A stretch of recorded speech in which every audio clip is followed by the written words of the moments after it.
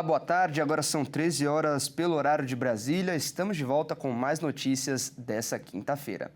E vamos começar essa edição falando sobre economia. As pessoas estão fazendo mais empréstimos bancários e, com isso, a inadimplência no Brasil atingiu o maior nível em quase 8 anos. A inadimplência no segmento de recursos livres, em que as condições dos empréstimos são firmadas sem a interferência do governo, ficou em 5,2%. Esse número se tornou o patamar mais elevado desde novembro de 2017. As concessões de empréstimos no Brasil avançaram 1,2% em julho, na comparação com o mês anterior. O crédito no Brasil também avançou, mas continuou ofuscado pelo peso das taxas de juros, levando o estoque total a mais de 6 trilhões e meio de reais. O movimento ocorreu em um ambiente de endividamento elevado e de custos financeiros que figuraram entre os mais altos do planeta. Os financiamentos com recursos direcionados ou regulados pelo governo, como crédito rural e habitacional, registraram uma expansão de 7,4%. Já os recursos livres, onde bancos e clientes negociam diretamente condições e taxas, subiram ao mínimo. Financiar qualquer coisa no Brasil custa muito mais do que em qualquer outro país que tenha uma economia emergente e relevante. E por isso, famílias e empresas encontram dificuldade para sustentar o financiamento de carro ou parcelar compras. O Brasil continua a carregar um sistema de crédito que, em vez de impulsionar o crescimento, funciona como freio. A concentração bancária, a insegurança jurídica e o baixo nível de garantias reais contribuem para que o risco percebido seja elevado, mantendo taxas proibitivas. Uma casa no balneário argentino de Mar del Plata foi alvo de uma busca policial após uma pintura do século XVII, supostamente roubada pelos nazistas de um colecionador de arte judeu holandês, ter reaparecido esta semana em um anúncio de imóveis. Vamos ver. Esta poderia ser apenas mais uma casa anunciada para venda na aprazível Mar del Plata, cidade litorânea a 400 quilômetros de Buenos Aires. Mas aparentemente o principal encanto estava dentro dela. O anúncio feito por uma imobiliária contava com uma fotografia da sala de estar. Na parede, um quadro, identificado pelo jornal holandês AD como a obra Retrato de uma Dama, do italiano Giuseppe Ghislandi. A pintura, que pertencia a um colecionador judeu holandês, está desaparecida há mais de 8 décadas e teria sido roubada durante o regime nazista.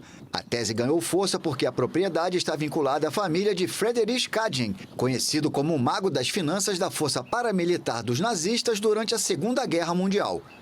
A autenticidade só pode ser comprovada com a peça em mãos, mas foi aí que surgiu um novo problema. O quadro do período barroco voltou a desaparecer. A Interpol e a Polícia Federal Argentina trabalham para tentar localizar a tela.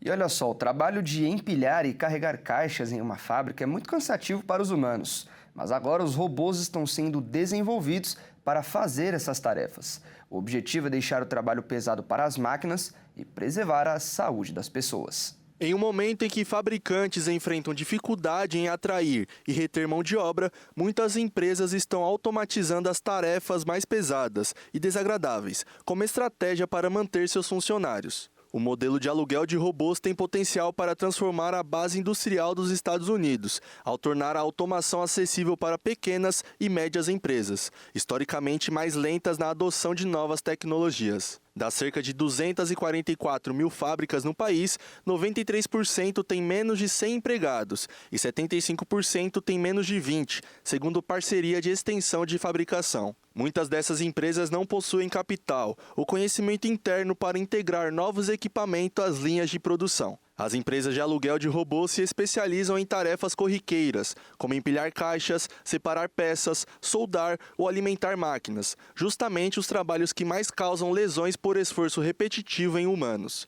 Uma empresa alemã que nasceu em 2020, em janeiro, adquiriu os ativos de uma empresa americana que estava encerrando as atividades para entrar no mercado dos Estados Unidos. A Robico abrirá um escritório em São Francisco no próximo mês e prepara uma fábrica em Austin, no Texas, para produzir robôs destinados ao aluguel. Todos os funcionários que antes empilhavam caixas foram realocados em outras funções, abrindo espaço para que a empresa expandisse sua linha de produtos. Alguns foram promovidos a operadores de máquinas e líderes de linha, cargos mais valorizados e com melhor remuneração. Segundo a Federação Internacional de Robótica, organização sem fins lucrativos que acompanha o setor, o aluguel de robôs ainda é pequeno, mas crescente. Em 2023, foram vendidos no mundo cerca de 113 mil robôs para transporte e logística.